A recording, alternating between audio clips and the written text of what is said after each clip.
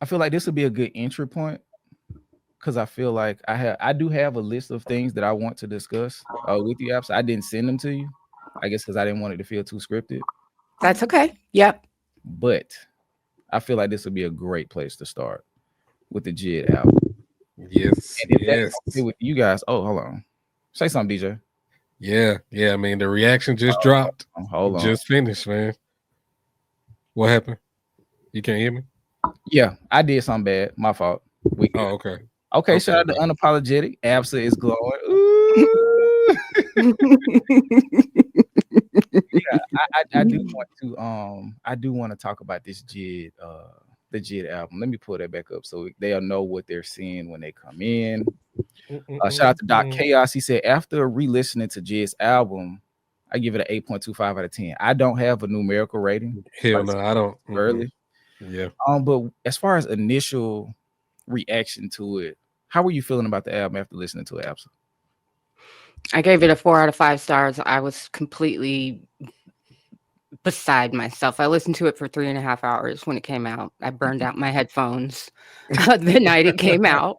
I went to bed because they went blue, blue, blue, blue at 12:30, and I was like, okay, I guess I'm done.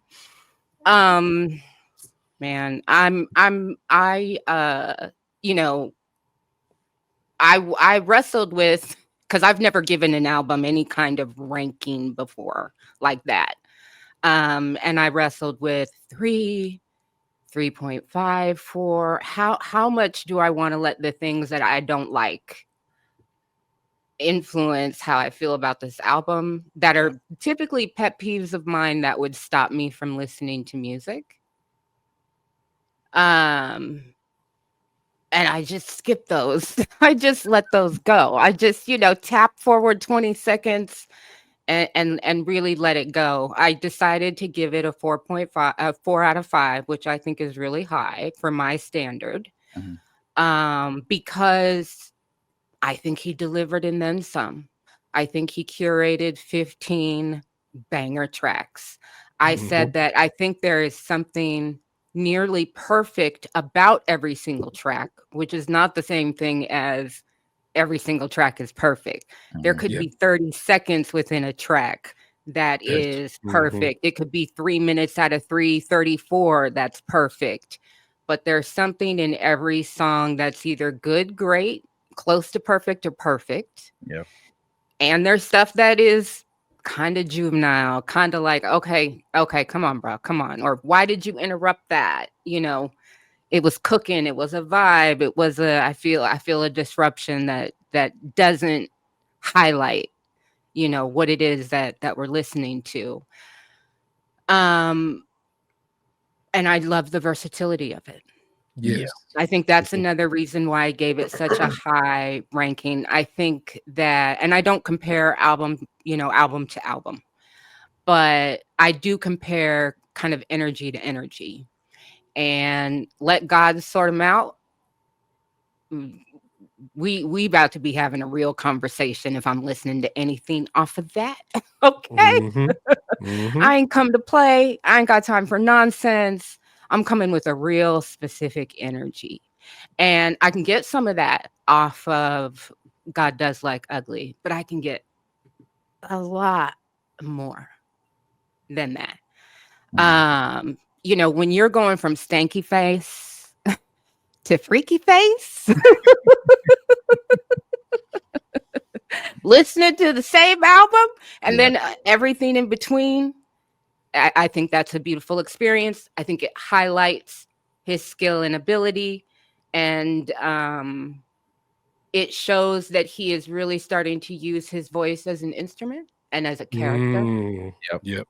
We discussed that in the reaction. Yep, I agree. And we demand that level of nuance in storytelling and delivery at this stage in the game. So those are my initial thoughts. What about y'all? Dropped a video today. I was very excited because I was like, that means we're going to talk about it tonight. But for those who haven't seen it, what do you all think? Real quick, to the patrons and YouTube members, I'm sorry that you guys got about 18 hours to have it to yourselves before we had to release it to the public. but we had to bow down to the algo. I'm so sorry. The Freddie Gibbs, we'll let y'all have that one for a week before we put it out, and then we'll do the Raekwon, excuse me, for y'all exclusively. So because we missed the Freddie, so we didn't get to put that one out on time at all. And so shaking back, we couldn't go two big releases back to back without catching the algorithm. But do you want to go first, DJ? Because have you had a chance to listen to it again since the reaction? Well, I mean, I mean, I watched the reaction Mhm. back, but I wasn't really listening to the album itself. I'm more so just watching the engagement for the most part. So I wasn't really listening to the songs and things like that. So, and I didn't listen to it on the way back home like I really thought I would because I was yapping on the phone. But, Oh, but so yeah, I only heard it that one time. But the one time that I heard it during the reaction, like I was so impressed with the versatility that he showed on this album. Like he literally gave me everything that I needed to hear from him in terms of growth, like musically. Like Absa said, using his voice as an instrument. That's a great way to say that because he has so many type of inflections and character voices and things like that that just keeps you immersed into the song. It keeps you entertained because I know I said it during the reaction. I was like, "Who the fuck is that?" I'm like, "Who is this? Like, who is that? Like, who is that? Like, like who is that? Like." And then once I realized it's JID doing damn near all of it, I'm like, "Oh, I see what you're doing there. I like that." And then of course the bars are still there. He's still rapping his ass off. I really love the production. The production is fire. So many different transitions, and the feeling that it gave you, like it puts you in a space of where, like, I mean, except for like one song, but for the most part, it puts you in a space like I'm gonna sit you down and we about to have a talk. mhm. That's what it felt like to me, and I love that. I love that aspect of it. And yeah, I mean, everything that I was worried about from JID, I'm good. Me person, like granted, I don't know how well it's gonna translate to the mainstream. Because of course everybody dictate how good an album is off the first week sale numbers and things We like talked that. about that too. Yeah, so I don't know how well it's gonna translate in that side of things, but in terms of I'm not gonna say hip hop purists, but for the people who enjoy hip hop and want to hear a good ass album, it's gonna have a good reception within the culture, I feel. So I think it's gonna last a while. People are gonna be definitely talking about it. It's definitely album of the year contender. I don't care what nobody say I because agree. up to this point, I have not heard an album better than the clips and better than this project yet. I haven't. I just haven't. So yeah, 2025, y'all need to wake the hell up. Because they got y'all by the neck right now, like you know what I'm saying? So but yeah, no, I really, really enjoyed this album, bro. Because I already knew Jid could rap. Like, it's not like I need to hear him prove himself lyrically. Like, I already know he can rap, bro. He's proven that time and time and time again. Now, what else are you gonna do to add to your toolkit to make you a better artist? And he did everything on this album. I don't have no complaints. Okay. What's it say?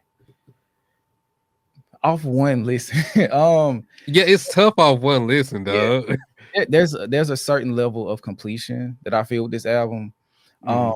I feel like he earned a new belt in martial arts, so to speak.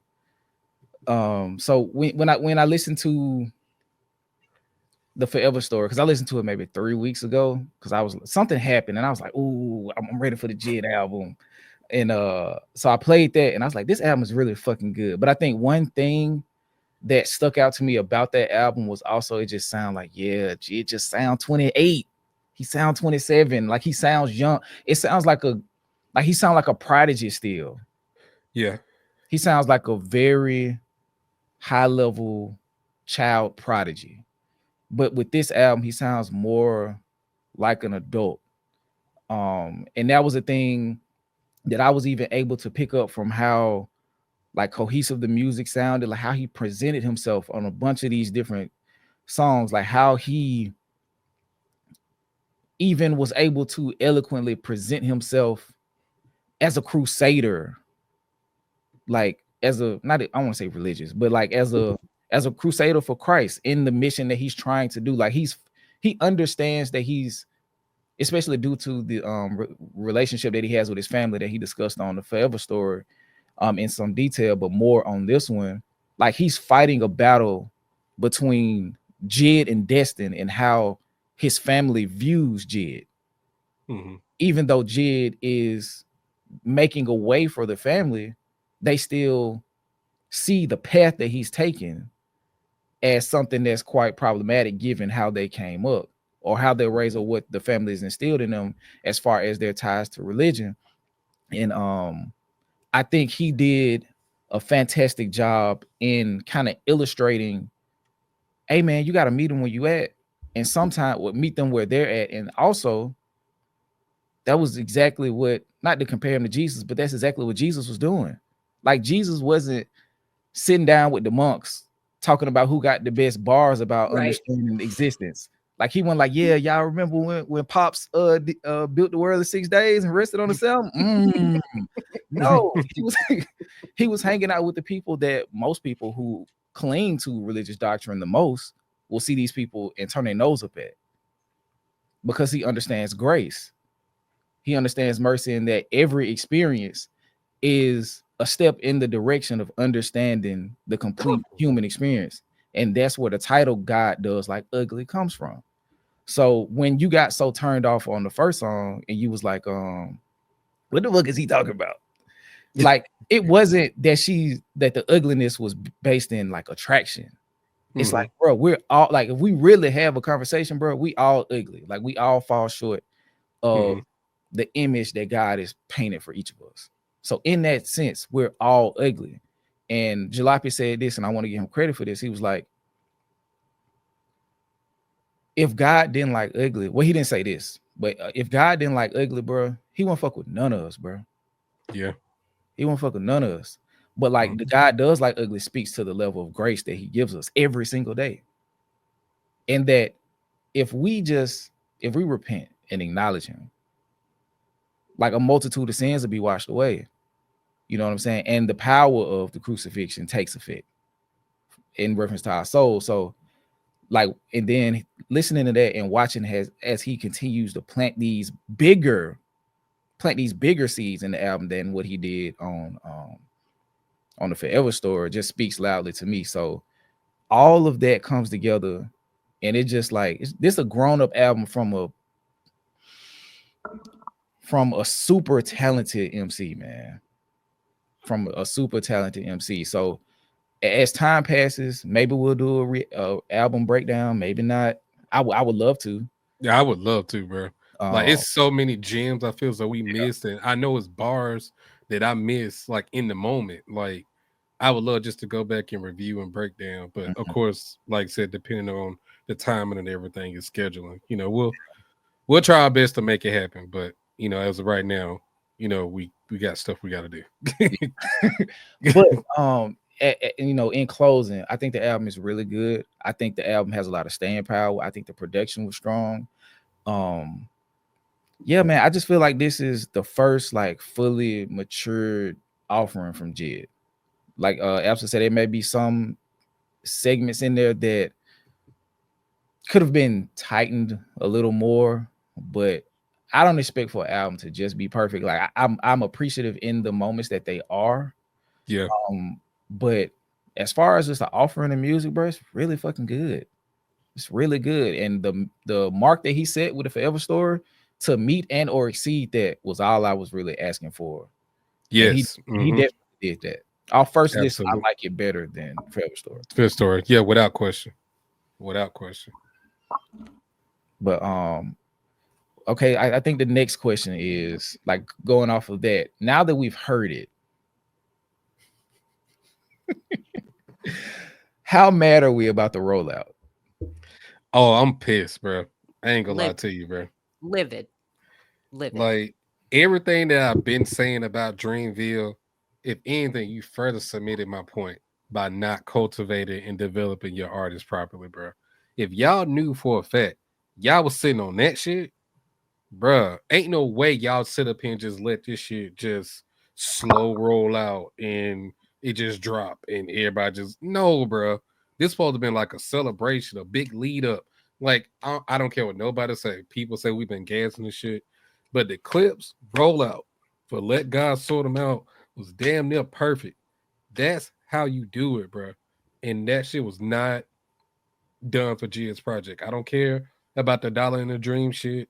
That's some BS to me because that's a rehash concept that don't even really apply to that don't even really apply to JID. That was more so a J. Cole thing because that's one of his monikers and storylines like tied into his earlier projects. So it's like y'all can give him nothing else. Like y'all just had to reuse J. Cole old shit. Like y'all not being creative at all.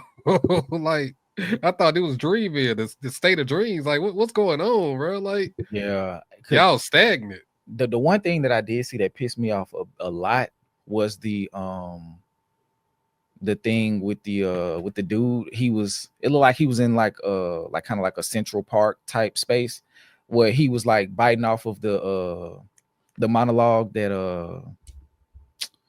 the band director from Drumline, I can't remember, Orlando Brown, I think that's his name.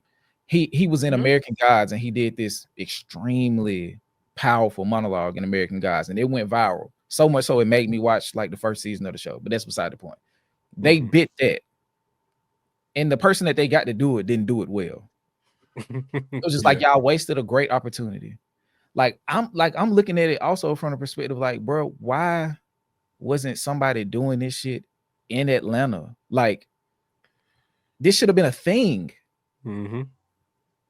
It should have been a thing. Like it's so many small things that they could have done. Like just take one street and get on some street team shit. Like post a bunch of pictures or like a big ass like poster.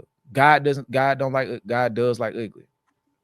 Or just questions wrapped around the title of the song.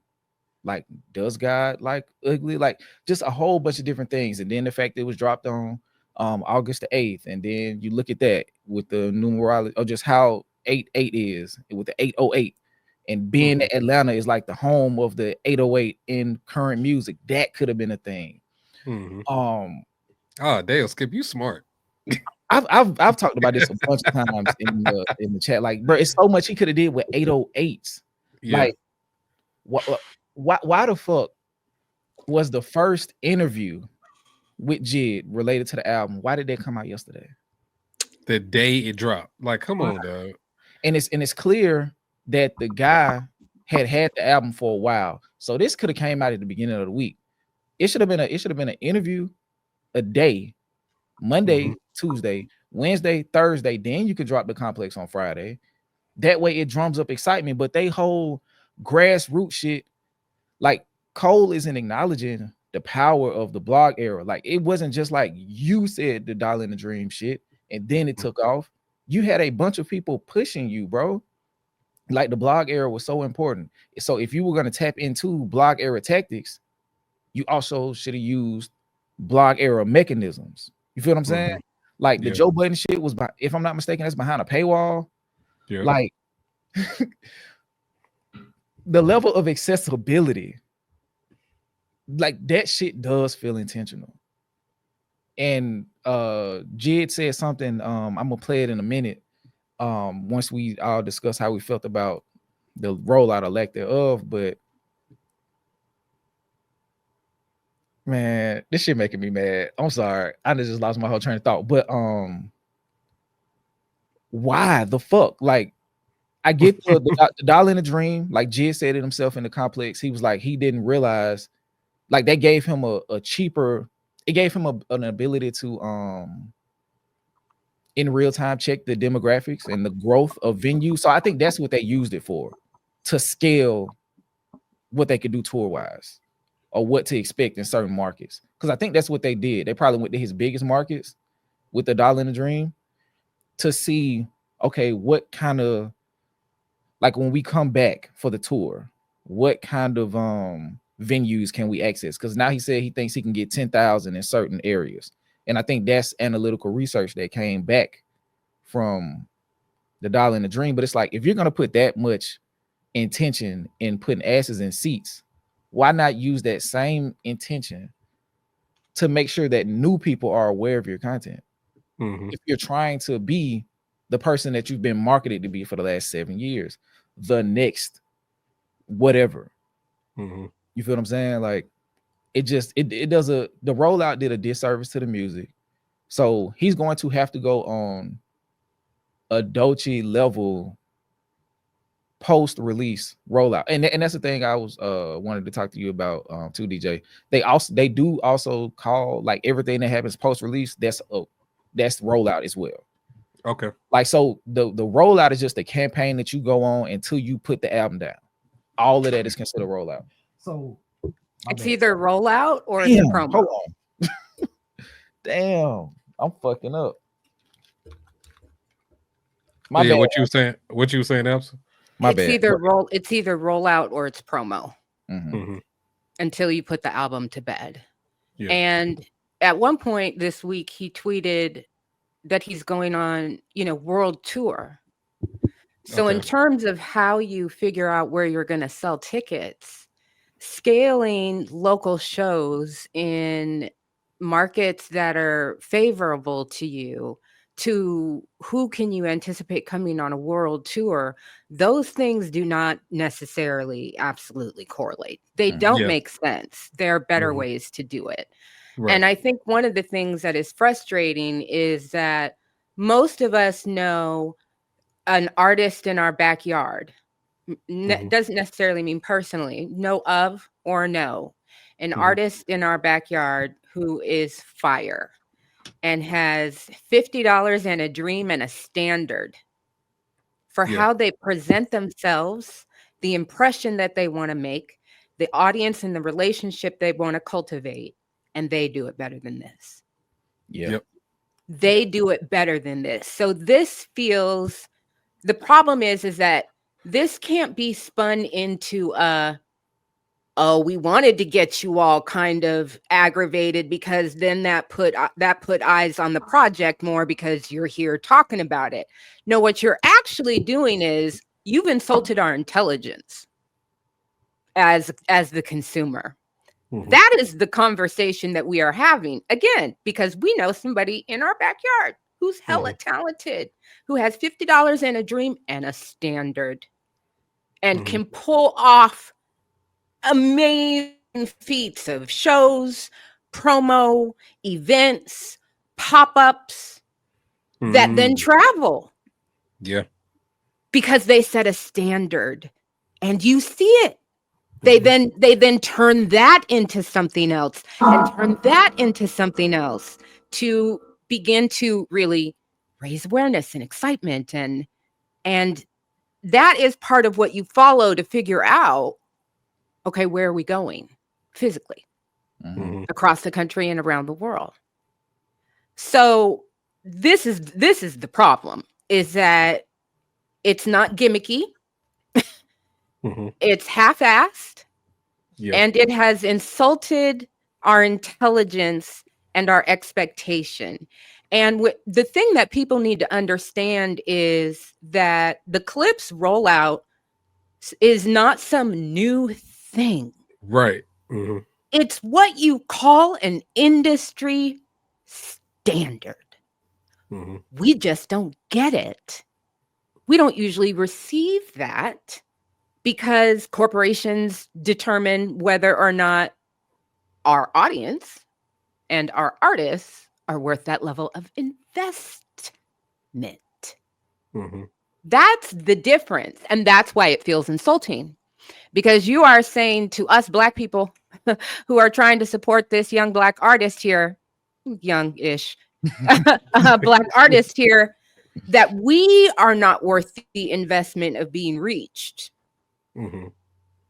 And we got to do the work for you. Damn. And we don't like that. So it's a backfire approach all the way around. And they should have known coming in that they're also fighting an existing narrative that is not favorable to them. Right. You cannot stand up. There are people, I am getting inundated with comments from people who are like, well, JID was just on that one podcast saying that coal is the best thing on the planet. And he just gave everybody money. They don't ever have to make music again in their lives and blah, blah, blah, blah, blah, blah, blah, blah, blah. That is not an equivalency. That's not an equivalency. And that's not the conversation that we're having. It's also not true. A major artist just left that label very upset. We all heard and saw how she was treated for a very long time. We're not going to pretend like that didn't happen, and it didn't happen before that, and it didn't happen before that, and it didn't happen before that. We're not going to pretend that. Yeah. So when I heard the album, I was livid. Damn. Yeah. And I don't like that how basically the conversation is around now J. Cole when the spotlight should be on JID. Yeah. And that's the problem. Like when you promote something, you have a confidence in it that you're getting a quality product, right? And the fact that it's been a ghost town for this album, it just makes us as the consumers think that is this album not going to be good? Like, do you even believe in the project that you won't even tell us what's going on with this shit? You know what I'm saying? Like, if you expect us to be invested, we need to know what the hell is going on. And just releasing work, you know what I'm saying, what, 3-4 months ago? It's been a while. I think that was in May. Yeah, like just releasing that one song and then nothing. Well, you got the pre-looks. I'm sorry. Let me back up. He did release the pre-lux. Hold on, though. Hold on. Yeah. I'm going to pause you there at the pre-lux. The pre-lux was, first of all, not quality. Second of all, confusing to the consumer. She said, not quality. Okay. It was not quality. It gave another artist more shine. Oh, Eminem. Okay. Look at that. Didn't even have to say his name. Gave another artist more shine, and it was confusing to the consumer because WTF is a pre-lux. What from a marketing perspective, what you want us to be focused on is the record that is coming. Not little gimmicks that pull away from it. Not a gold album that would know, is it this album? Is it not this album? You're not going to get a physical copy until 2026. So it split our attention 4 different ways. We weren't clear if Work really was a single until the track list for this album came out. Yeah. So terrible. That to me, as somebody who literally works on campaigns of all different kinds for a reason, makes me feel like there's either an extreme amount of sloppiness and just they don't give a fuck. Yeah. Or there is a little bit of malice involved in the situation. Because my thinking was either it's crap and they're like, they don't want to invest in the promo, or it's so good they don't want us to know it exists because somebody there is on his bike with his cup of tea and his feelings. Oh no, he might never ever make something as good as this album. Oh, so you think? Oh, we going that route. Hold on, real quick. Hold on. Oh, okay. I do want to offer this. Oh, now this would be one of the ones. I can feel it. My chest getting hot. But I do want to offer this. Yeah. I'm going out on a limb here. I'm extending a very, very 5-tier layered cake of bail to J. Cole and Dreamville. All right, come on, girl. It's a lot of bail. Okay, so I'm wondering if the motif for the brand, being that it's a boutique brand, is riddled with archaic methodologies. Being that, you got like the whole digging in the crates and having to search and being being so consumed in a particular or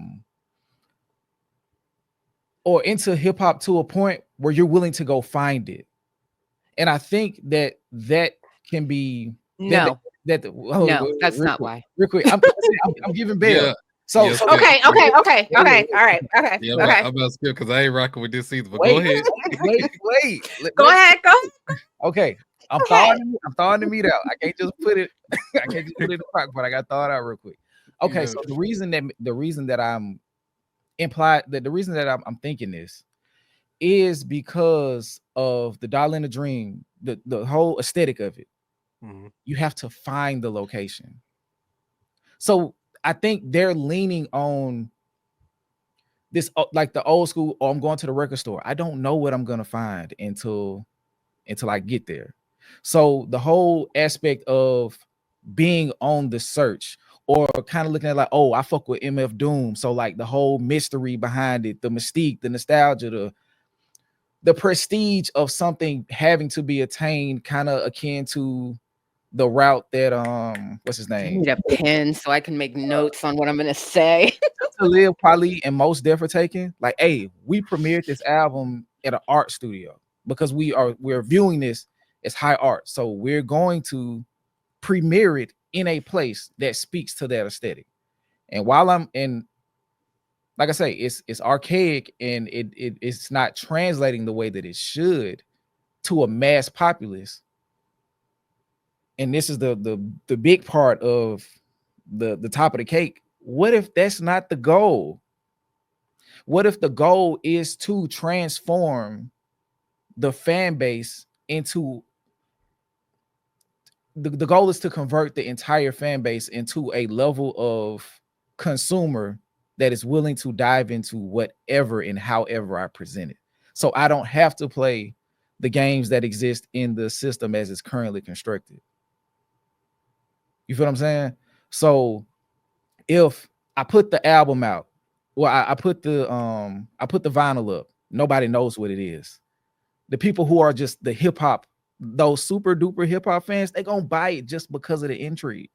They want to know, like, just like when people sell mystery boxes, like with like clothing brands and like shoes and all of this shit, they offer this stuff up and people buy it just off the intrigue and the recognizability or the trust that they have in a given brand. You feel what I'm saying? So I'm not saying that this is it, but I'm asking, what if that's what they believe, and that speaks into the arrogance and pretentiousness that I seen people was mentioning earlier on in the comment section. What if that's how they're approaching it, and that's why it's coming off like that, because it's some high snob shit. Skip, the only way I feel so that concept works, because I get what you're saying. Works. Hold on, real quick. Works in what context? The only way I feel so, if that was the intent and they're able to pull it off effectively, is if J. Cole did it. If J. Cole did it, I would understand, because he's a big enough name to be able to pull off something like, I'm just dropping some shit, they're gonna buy and support it because I'm me. JID is not there. He cannot pull off something like that if you're trying to cultivate him to be the next flag bearer of the label, to be the next big thing. You can't do that for him. He has to have a big enough standpoint to where he has given enough like quality work, established himself as a mainstream household name. Okay, hold on, in order to pull it off. Real quick. That's why I said, what's your barometer for success? Because that's a big thing too. Okay. But it's like, since we're having this nuanced conversation, Yeah. and if they're going the whole boutique label route, Yeah. and they're looking to find a complete fan base that they can completely monetize all the way through. What if that's the goal, and the goal isn't to do the big shit? Like, that comes if it comes, but if I can monetize my entire fan base, I'm not trying to appease casuals. If that's the case, why is TDS as successful as they are then? They're pretty much built the same type of way, and they're able to do both. They're not, though. How They're they not. not? No, they're not. They're not. Their operation, the methodology behind their operation is off of the footsteps, the large footsteps left by Master P and No Limit. I don't know what the fuck Dreamville is doing. Okay. Like, as far like, if this isn't the plan, because I'm trying to give them a plan, I'm trying to give them grace. Like, maybe there's a strategy, like how in Dune he was like, there is a path, right? Okay. It's Okay. it's Talk a that very dude shit. it's a Talk very that dude tight shit. path, and it has to be navigated properly, or else Yeah. this can blow up. Yeah. If that's not the goal, JID needs to leave. So that's why I'm trying to grant grace and find some type of strategic maneuvering, because if not, they just fumbled the biggest album of his career off of the guise of like, hey man, maybe if we don't give them nothing but the music, when the music drop, yeah, bro, the only thing they'll have to talk about is the music. And that's so dismissive if they're trying to exist in the mainstream space. And that's why I was saying, like, what's your barometer for success? Because if that's the case, if they're looking to put him next to Tyler and all of this stuff on the art meets commerce side, they're failing. But if the goal was, hey man, we was just a bunch of niggas who want to rap, man, and I know if I can go outside and go on tour and do 50 cities and perform in front of 5,000 to 7,000 people a night, I just won, bro. So that's what I'm saying. It's all about the perspective and what the end goal of their success is. Cause let's compare us to like No Life Shack or like Screwface, right? Real quick. And then I'm gonna let Izzy, I call her Izzy. I'm gonna let Alpha go. Cause I can't even look at her right now. I can't even look at her because I ain't gonna be able to get my point off because I know she ready. But if their metric for success is purely built off of 1990s aesthetics and vibes and operation, I understand where they're going. But if not, and they're trying to do the mainstream thing their own way, it's not working because none of their artists outside of JID have successfully broken into the mainstream visibility in any meaningful way. Yeah. So that's why I'm saying it's that bad to the point where I had to play the advocate. You feel what I'm saying? So there you go, Absa. Go ahead. I had to set the floor and offer a differing take. I understand that y'all gonna I actually already offered this take in my initial reaction to the album. Okay. So a couple things. I agree that success is you know, it's not one thing. And we don't know what the goals and desired outcomes were. But if you have a plan, then you have written goals and desired outcomes and you have a strategy for getting there. And what I alluded to earlier is what I said on my channel in my initial reaction, which was if they are on some, and this is where I've been getting the most pushback. So give me a moment for if I get a little long here, okay? Yeah. But I posted a short out of my initial reaction saying, you know, cold to the front. What is going on? You are not raps or hip hop or the industry's martyr. And so if you're on your own are in some kind of, well, I did it without features, so he's going to do it without a standard rollout, you are insulting the audience and you are shortchanging your artists because that is not reality in the industry that you are in. And if you care about how consumers and actual fans and supporters you know, engage in order to give you money so that you're successful, quit playing like you don't play the status quo game. We're not, you are a corporation. You have multiple corporations under your name or your subsidiaries. So we're not going to play like you don't have a business and a bottom line and things that you are responsible for doing. And if you wanted to get on that nostalgia trip and the reason why at the very beginning when you started I said no is because go ahead. is because first of all, they're too young for that gimmick. Nobody at Dreamville who is an artist lived in that. They didn't go to the record store unless they were actually spinning records. They were on Napster. Yeah. Most of them ain't even burned a CD. Damn. Nevertheless, let's say they had a nostalgia for the era. Mhm. Where is that story as a part of the branding and marketing of this? There should have been dedicated channels on social media and a story being told. There should have been dedicated channels on each major platform dedicated only to this album, not to whatever else the artist wants to say, not to whatever else the record label has going on, dedicated to this. And if you want to run a narrative where you are, first of all, introducing the artist in a new way, telling his story alongside a story of what matters in art. If you want to push that couch, then you have a responsibility to narrate that story. That's your gimmick. That's your campaign. Yeah. That is your campaign. But you have an obligation to actually write a script.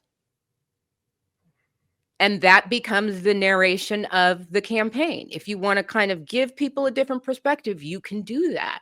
You can do that on the industry. You can do that on the music, the purpose of music, the purpose of spirit in music, the soul and the purpose of music versus the commodification of that. You could have told that story through this artist and would have highlighted what it is that he says on the album.